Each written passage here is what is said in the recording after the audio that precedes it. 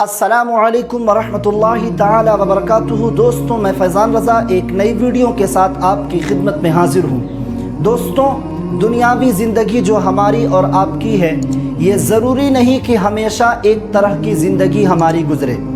کبھی ہماری زندگی میں خوشحالی نصیب ہوتی ہے تو کبھی ہمیں تکلیف کی زندگی نصیب ہوا کرتی ہے، کبھی ہمیں بلندی حاصل ہو جایا کرتی ہے تو کبھی زوال ہمیں چاروں جانب سے گھیر لیا کرتا ہے، کبھی پستی ہمارا مقدر بن جایا کرتی ہے۔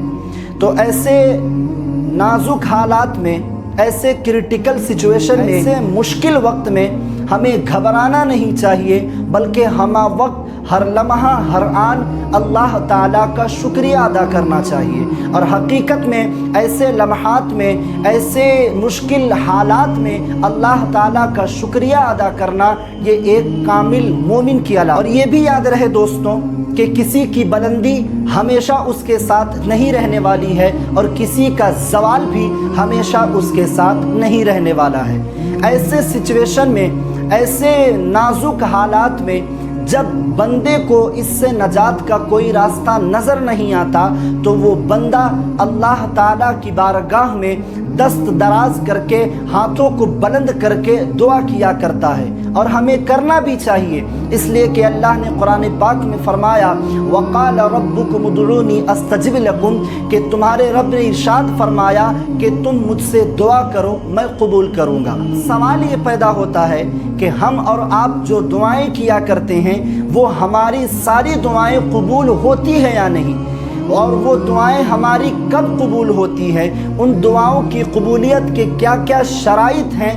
وہ کیا کیا وجوہات ہیں کہ جن کے سبب ہماری دعا قبول اور نامقبول ہوا کرتی ہے۔ آئیے میں آپ کے سامنے کچھ اہم باتیں پیش کرتا ہوں کہ دعا کی قبولیت کے لیے کیا کیا شرائط ہیں۔ حضرت علامہ سید نعیم الدین احمد مراد آبادی رحمۃ اللہ تعالی علیہ اس آیت کریمہ وقال ربکم ادعونی استجب لکم کے تفسیر میں بیان فرماتے ہیں کہ اللہ تعالیٰ اپنی رحمت سے دعاؤں کو قبول فرماتا ہے، لیکن دعاؤں کے قبول فرمانے کے کچھ شرائط ہیں۔ ان شرائطوں میں سے نمبر 1 میں جو شرط آتا ہے وہ یہ کہ جب بھی ہم کوئی دعا کریں تو اخلاص اور خلوص کے ساتھ دعا کیا کریں۔ نمبر 2 کہ جب بھی ہم کوئی دعا کریں تو ہمارا یہ دل کسی غیر کی طرف یا غیر کام کی طرف مشغول نہ ہو، بالکل خلوص و للہیت کے ساتھ ہم اللہ رب العزت سے دعائیں کریں۔ نمبر 3 میں بیان فرماتے ہیں کہ اللہ رب العزت کی ذات پر یقین کامل رکھتا ہو کہ اللہ رب العزت دعاؤں کو ضرور قبول فرمانے والا ہے۔ نمبر 3 میں آگے بیان فرماتے ہیں کہ دعا جو ہے وہ ہمیشہ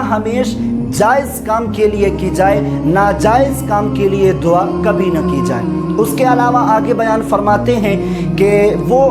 کسی سے شکایت نہ کرتا ہو کہ میں اللہ رب العزت سے دعا مانگتا ہوں لیکن اللہ تعالیٰ میری دعا کو قبول نہیں فرماتا ہے۔ یہ چند شرائط حضرت علامہ سید احمد نعیم الدین مراد آبادی رحمۃ اللہ تعالی علیہ بیان فرماتے ہیں کہ ان شرائط کے ساتھ اگر دعائیں مانگی جائیں تو ضرور اللہ تعالیٰ ان دعاؤں کو قبول فرماتا ہے۔